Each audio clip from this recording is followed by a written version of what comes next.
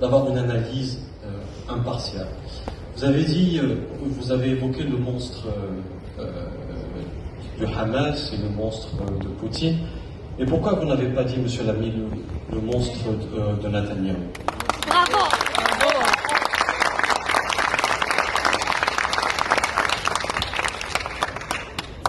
Si la guerre avait commencé le 8 octobre 2023 et que Israël était un pays pacifique qui n'agressait pas, qui ne colonisait pas, on serait tous d'accord avec vous que Hamas avait fait effectivement une attaque terroriste de terreur.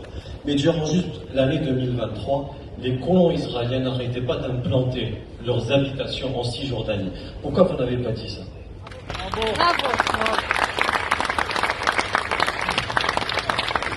Les colons israéliens n'arrêtaient pas de tirer sur des gens qui priaient sur ce Masjid al-Aqsa. Pourquoi vous n'avez pas dit ça? Vous savez, et je finirai là-dessus, dans cette vie, on va tous mourir un jour. Et je préfère mourir avec dignité, en étant libre de dire ce que je pense, avec une objectivité, que d'être dans une telle sélectivité dans la condamnation. Merci. Bravo.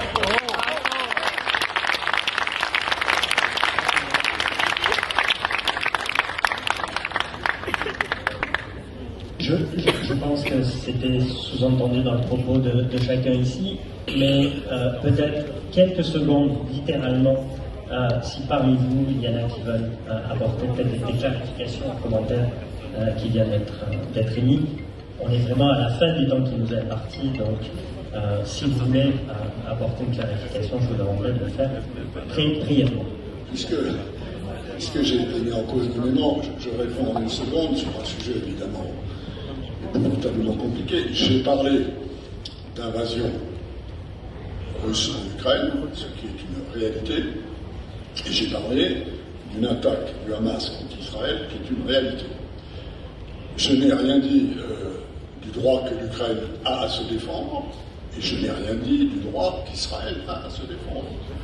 Et donc, je n'ai pas le sentiment d'avoir manqué d'objectivité dans le diagnostic que nous faisons de la situation internationale. Chacun sait qui je suis, chacun connaît mes attaches et mes opinions politiques, et je fais la différence entre ce que je pense de tel ou tel gouvernement dans un pays, et notamment celui de M. Netanyahou, et de principe de souveraineté, j'ai rappelé qu'il était le système international aujourd'hui, qui donne le droit à un État qui est attaqué de se défendre. À un État qui est attaqué de se défendre. C'est pas convaincant comme réponse. I'm just curious how many war zones you've served in. Have you ever worn the uniform of the Moroccan military? Have you ever worn any military uniform? The fact is, be quiet. The fact is, we serve because we are defending things, and you need to learn about it too. And that's it. You've never served anywhere. You've never served anywhere.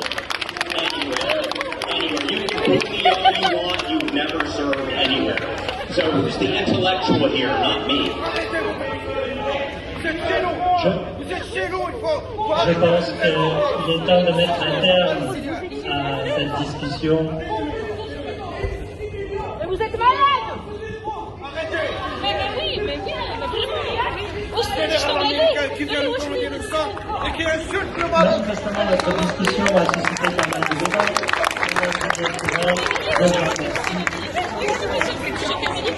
J'étais militaire français. But he's making it a point.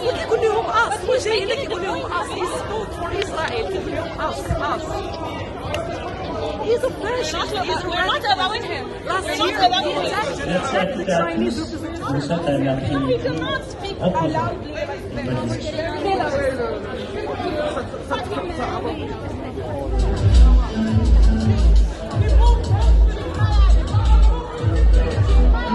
Killers! Shame on you! Killers! Shame on you! Et de merde!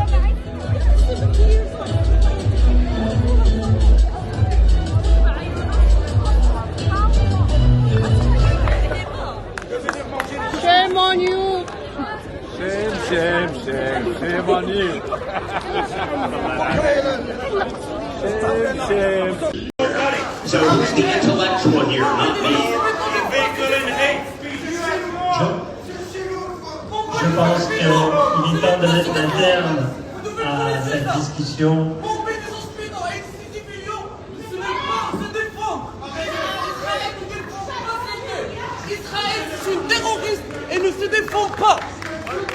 Israël ne se défend pas. Bomber des autres maisons, ce n'est pas se défendre. Because of you!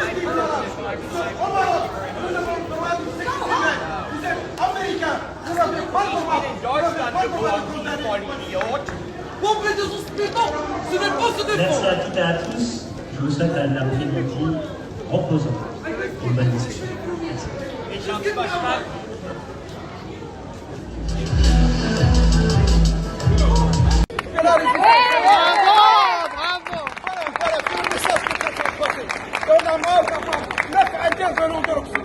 Neuf intervenants des États-Unis et de l'Europe, et pas un Marocain, et pas un Arabe, et pas un Palestinien sur le plateau. C'est malheureux de voir ça. Chez nous, à Tanger, au Maroc, que Sa Majesté défend les Palestiniens, il défend la résistance palestinienne, il défend Al-Quds.